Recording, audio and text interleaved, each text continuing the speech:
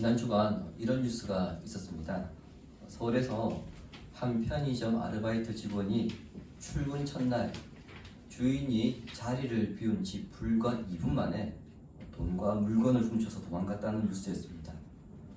아내와 아내들이 아니죠. 아내와 아이들 때문에 투잡을 하고 있어서 야간 아르바이트를 꼭 하고 싶다는 그 말에 그 사람을 채용해서 믿고 맡겼는데 그 신뢰가 하루도 채 못 가서 무너진 것이죠. 이 편의점 주인이 너무 억울하더랍니다. 그래서 그 심경을 토로한 뉴스가 있었습니다. 단적인 예를 말씀드렸지만 세상에서는 자기 일을 누군가에게 믿고 맡기는 것이 대단히 어려운 일임을 우리가 살아가면서 경험합니다. 믿고 맡겼더니 오히려 그것을 이용하여서 자신의 이득을 챙기려는 사람들이 많이 있음을 보게 되죠. 교회 안이라고 해서 다르지 않습니다. 재정부를 맡겼더니 헌금 사고가 일어나고, 목사에게 교회를 맡겼더니 교회를 파는 일이 일어나는, 그래서 남이 들으면 남사스럽고 우리가 들으면 우사스러운 일들이 종종 일어납니다. 그러나 다른 일은 몰라도요, 교회의 일만큼, 특히 하나님의 일만큼은 믿고 맡기는 것이 대단히 중요합니다. 물론 조금 전 언급했듯이 인간은 믿을 만한 존재가 못 됩니다. 그래서 이런저런 불안함, 또 연약함, 실수들이 있어서 하나님의 거룩한 일을 맡기기에는 역부족입니다. 그러나 하나님은 그런 사람들을 믿으시고 다듬으셔서 하나님의 일을 하도록 적절하게 만들어 가십니다. 그것을 우리는 성경을 통해서 확인하게 되는데요. 이처럼 하나님의 일은 믿고 맡기는 것에서부터 시작된다. 이 사실을 우리는 본문을 통해서 확인할 수 있습니다. 본문은 사도행전 전체의 딱 절반이 끝나는 부분이고요. 사도행전 28장이거든요. 그래서 14장 마지막이니까 딱 절반이 끝나는 부분이기도 하고, 사도행전 후반부의 근간을 이루는 바울의 선교여행, 세 차례의 선교여행 가운데에 1차 선교여행이 끝나는 부분이기도 합니다. 지난주 살펴보았듯이 바울은 루스드라에서 돌에 맞아 죽은 줄 알고 내버려졌음에도 다시 그 루스드라 성으로 들어갔습니다. 뿐만 아니라 다음 날에는 성취하는 몸을 이끌고 더베로 갔습니다. 더베에서는 무슨 일이 일어났는지 알 수 없으나 21절은 그곳에서, 즉 더베에서 바울과 바나바로부터 복음을 들은 사람들 가운데에 주를 따르기로 결심한 제자들이 많았음을 기록하고 있습니다. 이곳 더베를 기점으로 바울과 바나바는 왔던 곳을 되돌아가면서 25절과 26절에 기록되어 있듯이 자신들을 파송하였던 교회가 있는 수리아 안디옥으로 귀환하게 됩니다. 지도를 보시면은요, 여기서 우리가 한 가지 의문점을 발견하게 됩니다. 그것은 바울과 바나바가 수리아 안디옥으로 복귀하는 경로입니다. 지도에서 보시면 알 수 있겠지만은 더베에서 이쪽 안디옥 교회로 가기 위해서는요, 더베에서 버가로 갔다가 아탈리아에서 배를 타고 안디옥으로 가는 것이 가장 빠른 길입니다. 그런데도 바울과 바나바는 가장 빠른 길로 간 것이 아니라 자신들이 지나왔던 길을 되돌아서 갑니다. 문제는 되돌아가는 길이 결코 쉽지 않다는 점이죠. 거리도 거리입니다만 되돌아가게 되면 어디를 거쳐가게 됩니까? 루스드라와 이고니온과 비시디아 안디옥을 거쳐가게 됩니다. 자, 저기에 누가 있습니까? 바울과 바나바에게 적대적인 사람들이 각 성에 있습니다. 루스드라에는 죽을 정도로 돌을 던진 사람들이 있고요.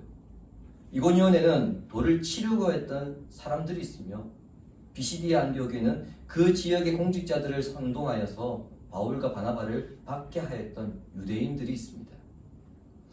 이 지역들을 지나가면서 교회를 세웠고, 그리고 그리스도를 따르겠다는 성도들이 생겨났기 때문에 바울 일행은 이미 큰 성과를 거둔 셈입니다.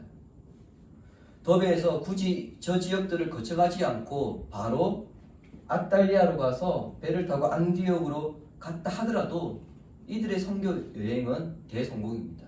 그 누구도 이들의 선교 여행에 대해서 당신들 잘못했다 그렇게 손가락질 할 사람 아무도 없습니다. 그런데 왜 위험한 도시들을 다시 거쳐갔을까요? 가장 주된 이유는 각 지역에 있는 교회들을 돌아보기 위해서입니다. 바울과 바나바는 각 지역의 교회들을 방문하여서 두 가지 사역을 하게 됩니다.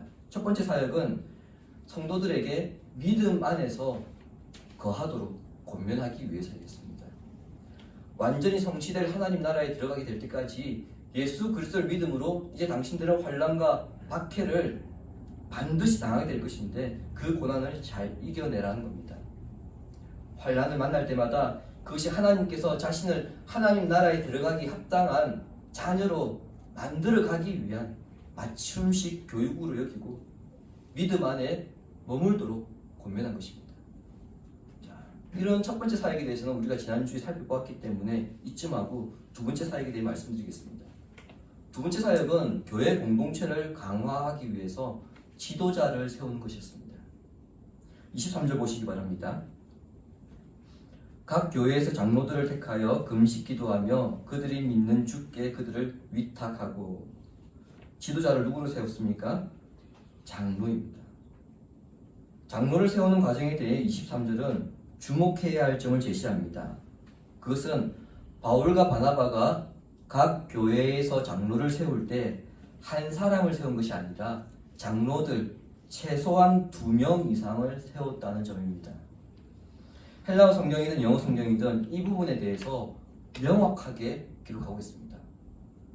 최소한 3개의 지역이니까 한 지역에 장로를 1명씩만 세워도 이제 3명이 세워지는 거니까 복수로 기록했네, 그것이 아닙니다. 헬라어 성경에는요, 교회는 단수로 기록을 하고 있고 장로들은 복수로 기록하고 있습니다. 영어 성경 역시 교회는 복수의 교회들이 아니라 각 개체 교회를 가리키고 있고요, 장로들은 복수로 기록하고 있습니다. 그러니까 바울이 교회를 세웠던 지역에는 교회는 하나인데 최소한 그 교회 안에는 최소한 2명 이상의 장로들을 세웠다는 겁니다. 자, 이것은 장로 제도의 복수성을 가르치는 것입니다. 우리 교회가 속해 있는 고신총회의 정식 명칭은 대한예수교 장로회 고신총회입니다. 자, 여기에서 강조하고 있는 것은 장로회입니다.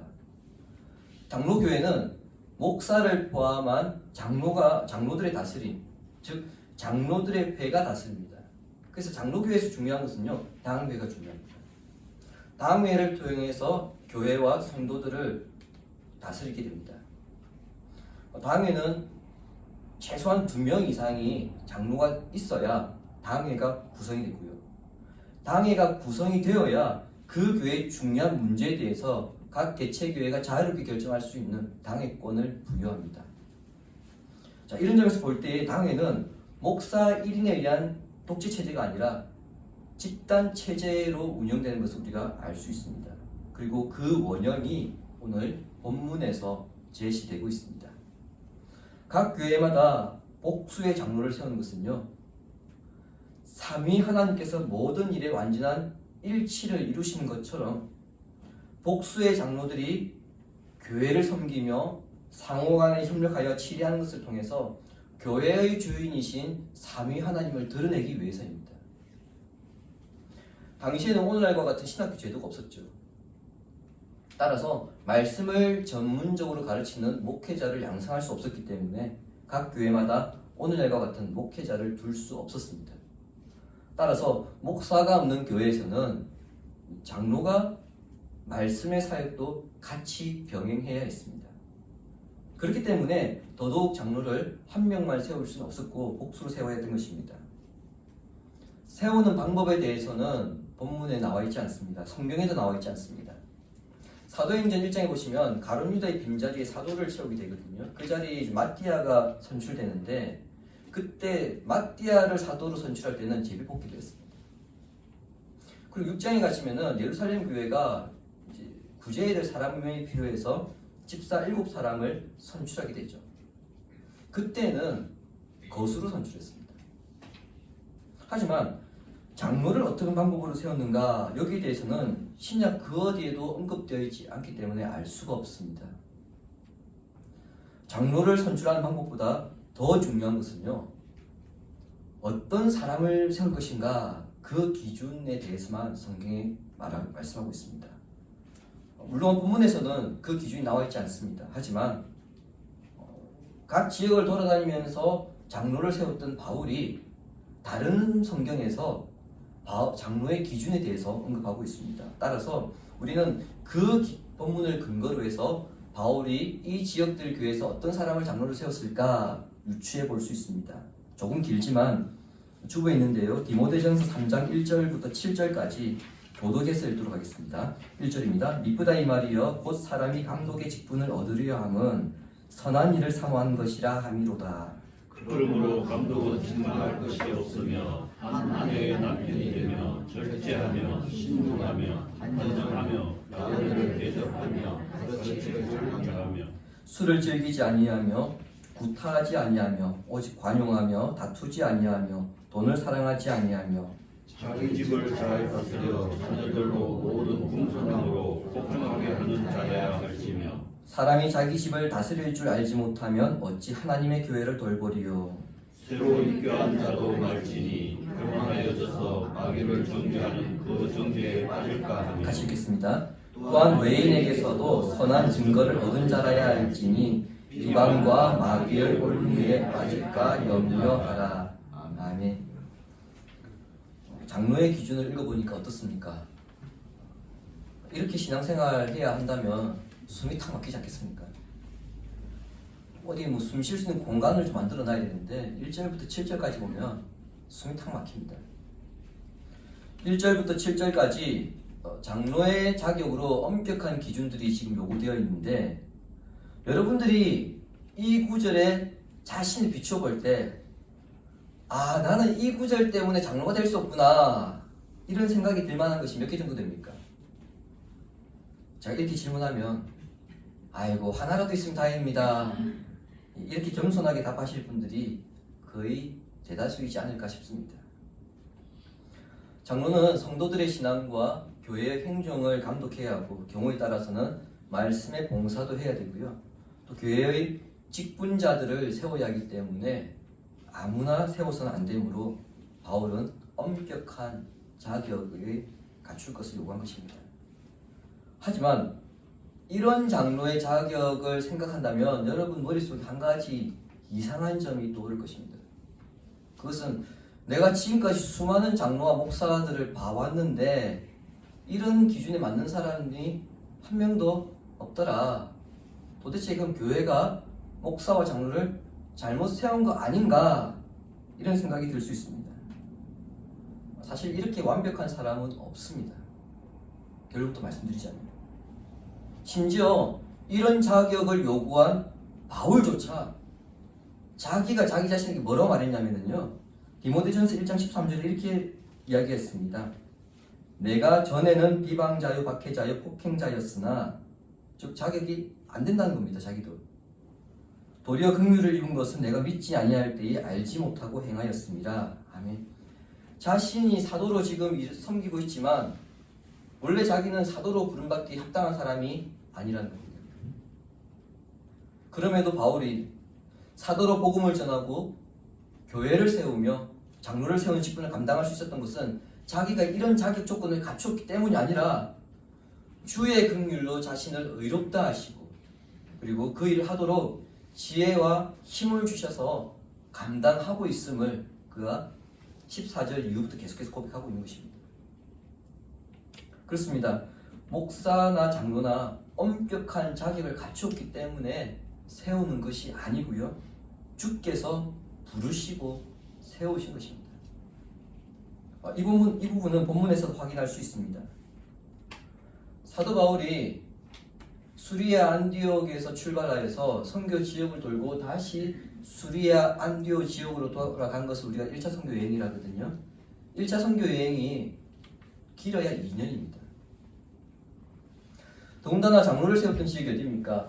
비시디아 안디옥, 이고니온, 누스드라, 이 지역은 1차 선교 여행이 시작된 지 중간쯤 된 때에 바울이 저기에 교회를 세웠습니다. 그럼 그때 그 복음을 듣고 교회를 다니기 시작해서 장로가 된 사람들은 신앙의 연수가 길어봤자 얼마나 될까요? 길어요. 1년입니다.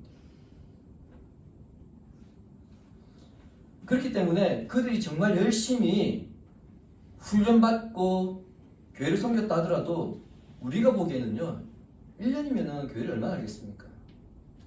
분명 우리가 보기에는 장로로 세움받기에 부족한 부분이 없지 않아 있습니다. 그렇다고 해서 바울이 아무나 장로를 세웠을까요? 그렇진 않죠. 제가 앞서 말씀드렸던 것처럼 장로의 중요한 직무가 있고, 그리고 디모데 전서에서 장로의 기준에 대해서 말하고 있는 것을 볼 때에 아무나 장로로 세우지는 않았을 것이고요. 그들 가운데 최선의 사람을 선택해서 세웠을 겁니다. 또 그런 장로들에 의해서 이 교회의 집사들이 세워집니다. 그러니까 아무나 장로 집사를 세운 게 아니라는 거죠. 우리의 시선을 끄는 것은 그 다음입니다. 자, 장로들을 세웠거든요. 그 다음에 무엇을 했을까요? 예, 금식 기도를 했다고 본문에서 말씀하고 있습니다. 되게 일반적으로 한국 교회에서는 교회의 직분자를 선출하는 공동의회가 있기 전에 또는 임직식이 있기 전에 특별 새벽기도를 하는 경우가 많습니다. 그런데 바울은 어떻습니까? 오히려 세우고 난 다음에 금식기도를 합니다. 무슨 뜻입니까? 누구를 뽑을 것인가 중요하죠. 그러나 더 중요한 것은요, 누구를 뽑을 것인가가 아니라 선출된 사람이 직분자로 세워지고 난 그 다음이 더 중요하다는 겁니다. 실제 공동회의를 하고 난 뒤에 여러분 놀라운 결과를 볼 때가 있지 않습니까? 예상되었던 사람이 장로나 집사나 권사로 선출되면 당연한 결과지, 그렇게 이제 우리가 시원하게 받아들입니다. 그런데 전혀 예상치 못한 사람이 선출되면 그때부터 시끄럽습니다. 어떻게 저런 인간이 뽑힐 수가 있냐고. 근데 여기는 어떤 의미가 쓰고 있죠? 그럼 나는 저런 인간보다 내가 나은데 과연 저 사람이 교회에 대해서 얼마나 알고 있을까? 이런 불안한 마음을 가지고 있습니다. 이런 마음 때문에 직분자를 선출할 때 공동의회 전보다 오히려 공동의회 이후에 시험 들어서 교회를 떠나는 분들이 많습니다. 그리고 그런 사람이 세워지면 내가 더 이상 못 볼 걸 보겠다. 그 꼴 보기 전에 나가야지. 그래서 교회를 또 나가는 분들도 있습니다. 누구보다 바울이 이 사실을 잘 알았던 것 같습니다. 그래서 그는 장로를 세우고 난 다음에 금식기도를 합니다. 금식기도를 한다는 것은 오직 하나님만 신뢰한다는 의미고요. 하나님 아니면 안 된다. 그런 절박한 간구함의 표시입니다. 바울과 바나바는 이제 수리아 안디옥으로 돌아가게 됩니다. 이제는 세워진 장로들이 각 교회를 감독하게 되고요. 또 그들에 의해서 집사들이 세워지고 이제 교회는 이끌어져 갈 것입니다. 그러나 방금 말씀드렸던 것처럼 불안은 여전히 있을 수밖에 없죠. 교회 생활 1년 한 분들이 과연 말씀을 제대로 전할 수 있겠나? 잘 양육할 수 있겠나? 교회를 잘 이끌어갈 수 있겠나? 이런 불안감이 있는 것이 당연합니다. 아무리 복수의 장로들을 세워놨다 하더라도 다른 성도들보다 좀 낫겠지만 그 짧은 신앙의 연수를 생각한다면 아직 걸음마 단계잖아요. 불안할 수밖에 없습니다. 마치 이렇게 보면 되겠죠.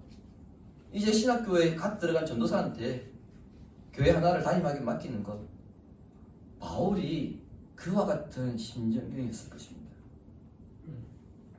이제는 세워진 장로들이 삼위 하나님께서 협력하여 선을 이루신 것처럼 서로 합력하여서 교회를 이루어가야 합니다. 말씀도 가르쳐야 되고요, 집사도 세워야 되고요, 성도들의 신앙도 감독해야 하고, 또 성도들을 양육하는 일들을 장로들이 계속해 나가야 합니다. 그러나 바울과 바나바는 네, 이제 저 지도에서도 보듯이 수리아 안디옥으로 자기의 원래 파송받았던 교회로 돌아가기 때문에 더 이상 이들을 어떻게 도와줄 수가 없습니다. 그렇기 때문에 바울과 바나바는 이렇게 세운 장로들을 주님께 위탁합니다. 자, 위탁하라 이 말은 앞에 두다, 맡기다, 위임하다 이런 뜻입니다. 이 장로들을 주님께 위탁했다는 것은 주님 앞에 이제 둡니다. 주님께 맡깁니다. 주님께서 이제 알아서 해주십시오. 그런 뜻입니다. 이제 장로로 주님 앞에 세웠기 때문에 그들을 주님께 맡기고 주님께서 이들을 통해 이제 교회를 다스려 주십시오. 그렇게 바울과 바나바는 기도한 것입니다. 그리고 그들을 둔 채 바울과 바나바는 이제 수리아 안디옥으로 뒤돌아보지 않고 갑니다. 그곳 수리아 안디옥을 본문 26절에서는 하나님의 은혜에 부탁하였던 곳 이렇게 가리키고 있죠. 13장 초반부에서 우리는 바울과 바나바가 선교 여행을 떠난 장면을 살펴보았습니다. 그들이 수리아 안디옥에서 바울 선교 여행을 떠날 때에 앞으로 자신들의 그 선교 여정에 어떤 일이 일어날지, 어떤 상황이 발생할지 전혀 알지 못했습니다. 그래서 그들은 떠날 때에 하나님께 자신들을 위탁했습니다. 하나님 은혜에 부탁했습니다. 즉 하나님께 우리의 선교의 모든 일정을 맡기고 그리고 우리가 없는 동안에 이 교회 안디옥 교회가 든든히 서갈 수 있도록 하나님께 맡기고 그들은 선교여행을 떠났습니다. 자, 이렇게 1차 선교여행을 마치고 교회에 돌아와서 바울과 바나바가 교인들을 모아놓고 선교 보고를 합니다. 우리가 얼마나 고생했는 줄 아느냐? 이 몸에 상처 보이느냐? 이거 루스드라에서 돌에 맞아 죽을 뻔한 건데 그 돌이 박혀서 흉터 그대로 남아있다. 우리가 세례준 사람이 몇 명인 줄 아느냐? 그렇게 무용담을 펼쳐놓을 수도 있습니다. 그런데 바울과 바나바의 선교보고는 아주 간략합니다. 두 가지를 이야기합니다. 그것은 하나님께서 우리 가운데 이 일을 행하셨다는 것이고요. 또 하나 이방인에게도 복음의 문을 여셨다는 겁니다. 이 두 가지 선교보고를 합니다. 그런데 바울과 바나바가 이 두 가지 선교보고를 하면서 강조하는 것은 뭐냐면은 이러한 일들이 일어나는 주체가 누구였느냐? 하나님께서 하게 하셨다는 겁니다. 우리가 그 숱한 환난과 고난을 마치고 그 환난 가운데서 이 선교 여정을 잘 마쳤다 그것을 말하는 것이 아니고요. 하나님께서 기적도 베푸셨고 하나님께서 복음의 문도 열게 하셨고 하나님께서 우리를 죽음 가운데서 견디게 하셨다. 그러니까 자기 자신을 드러내는 것이 아니라 철저하게 하나님께서 하셨다는 것만 드러냅니다. 왜일까요? 떠날 때부터 앞으로 일어날 모든 일들에 대해서 그들은 처음부터 하나님 은혜에 맡기고 떠났기 때문입니다. 그리고 그들은 선교 여행 여정 가운데서 이것을 확인했습니다. 그렇구나. 우리가 하나님 은혜에 우리 자신을 맡기지 않았다면 결코 이런 일이 일어날 수 없었겠구나. 어떻게 안전뱅이가 일어날 수 있으며 어떻게 돌에 맞아 죽을 뻔한 그 상황 가운데서도 우리가 일어날 수 있었고 그리고 우리를 향해 돌을 던진 그 사람들 향해서 다시 우리가 갈 수 있었겠는가? 생각해보니까 하나님께서 우리의 마음을 붙잡지 않으셨으며 하나님께서 안전뱅이를 일으키지 않으셨으면 이것은 있을 수 없는 일이었다. 하나님께서 저 악한 자들의 마음을 열지 않으셨으면 저들에게 복음이 들어갈 수도 없었다. 뒤돌아보니까 헤아리고 보니까 아 하나님이 하신 거구나. 이것을 고백한 것입니다. 지금 바울과 바나바가 수리 안디옥으로 돌아왔습니다. 인간적인 마음으로는 비시디아 안디옥, 이고니온, 루스드라의 교회들이 그 장로들이 잘하고 있겠지, 잘하고 있을까 이런 우려가 있을 수 있습니다. 그러나 바울과 바나바는 그들 자신이 먼저 하나님 은혜에 맡긴 결과를 경험하였고요. 그리고 그 교회들과 장로들을 지금 하나님 은혜에 위탁하기 때문에, 즉 맡겼기 때문에 주님께서 은혜로 그 교회들과 장로들을 잘 돌보실 것을 확신하며 선교 보고를 하고 있는 것을 우리가 지금 보게 됩니다. 주님이 사랑하신 신까니심을 성도 여러분, 지난주에 말씀 기억하십니까? 우리가 살아가면서 호사나 불행을 만나게 되는데 그때 그 일이 나에게, 우리에게 어떤 의미가 있는지를 돌아봐야 한다고 말씀드렸습니다. 이는 곧 그 일을 허락하신 분이 하나님이라는 것을 의미하고요. 그렇다면 염려나 걱정으로서 우리가 인간적인 방법을 해결하기보다는 그 일을 주도하시고 허락하신 하나님께 맡겨야 합니다. 인간관계의 문제든 가정이나 사업이나 자녀의 문제든 작정한 영혼에게 복음을 전하는 문제든 더욱 하나님께 맡겨야 합니다. 특별히 3월 5일에 위임식과 임직식을 앞두고 우리는 이 본문을 지금 대하는 중에 있습니다. 표목사 저 인간 불안한데, 그런 생각이 들 수 있을 거고요. 김 집사님 잘하겠나, 그런 걱정 들 수 있습니다. 근데 그런 걱정 할 수 있지만, 들 수 있지만 그런 걱정은 하나님께 맡기시기 바랍니다. 맡겨야 한다고 해서 아예 손을 놓으라는 그런 의미는 아닙니다. 그 과정에서 우리는 성령의 지혜를 구해야 하고요, 주님의 능력을 받아서 각자가 할 수 있는, 각자의 직분에서 할 수 있는 일은 최선을 다해서 하되 결과는 하나님께 맡기는 것입니다. 그래서 우리 가정이든 자녀의 문제든 우리 사업의 문제든 동일합니다. 그냥 손 놓고 있으라는 게 아니죠. 우리가 기도하면서 성령의 지혜를 구하고 주님의 능력을 받아서 우리가 해야 될 일들을 계속 해나가야 됩니다. 그리고 그렇게 이루어진 결과에 대해서는 겸손하게 우리가 받아들이는 것. 그리고는 마지막에 이 모든 것은 하나님께서 하셨습니다, 이렇게 고백할 때에 하나님의 영광이 되는 것입니다. 때로는 그 결과가 내가 생각했던 좋은 결과가 아닐 수도 있습니다. 그럼에도 불구하고 이 모든 일들은 하나님께서 하셨습니다 라고 우리가 고백할 때에 때로는 우리의 실수 때문에 실패할 수 있는 그 일조차도 왜 하나님께서 이 일을 이 사람에게, 그리고 우리 교회에게, 우리 공동체에게 허락하셨는가, 그 의미를 정확하게 깨달음으로써 개인과 공동체를 향한 하나님의 뜻을 분명히 드러낼 수 있습니다. 그렇기 때문에 우리는 비록 실패할 수 있을지라도 하나님의 영광을 드러낼 수 있는 것입니다.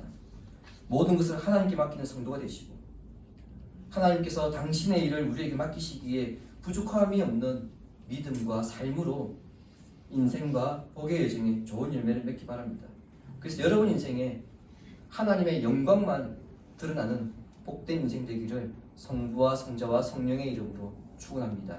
아멘.